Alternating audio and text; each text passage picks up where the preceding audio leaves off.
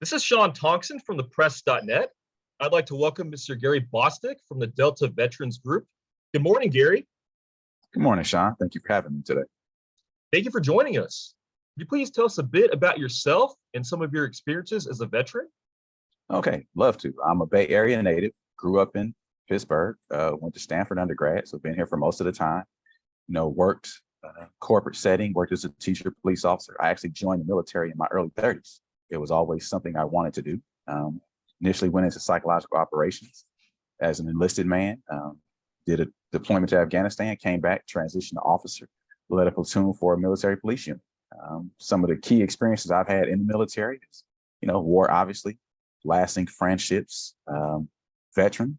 Coming back, it's been somewhat challenging because you come back to society kind of like after a hero's journey, a little challenged. Perspective changes. You are used to a culture of, honor, personal integrity, self-sacrifice, personal accountability. And you come back and don't necessarily see those values emulated as broadly as you do in the military. So reintegration, for me, has definitely been a challenge. But with the support of, Delta Veterans Group and the guys there, my wife, friends, different volunteer organizations, I've been able to integrate more successfully back into society. Thank you, Gary. Can you tell us about the Delta Veterans Group and how important it is, like veterans like yourself, into the community?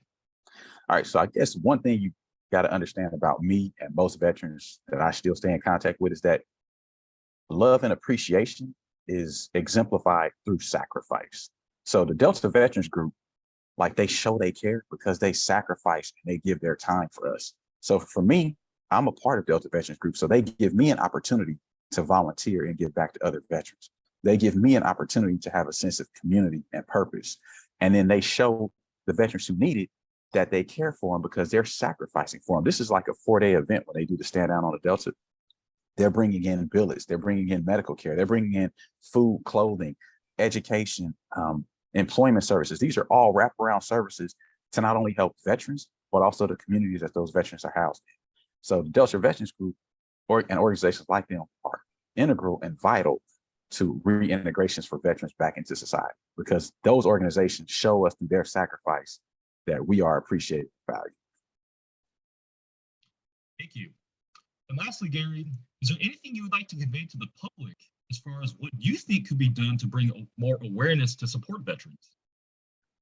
One thing I would do is to have the public just read some historically accurate books, potentially some biographies written by veterans, so they can understand their experiences. And then volunteer and support groups like Delta Veterans Group. That way you can interact with veterans, see who they are, the people they are, and how you can better serve them. Because that way, if we're all communicating more regularly, we can all be better in helping our community as a whole.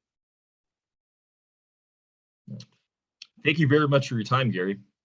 All right. Thank you very much for having me today, Sean. This is Sean Thompson, reporter for the press.net.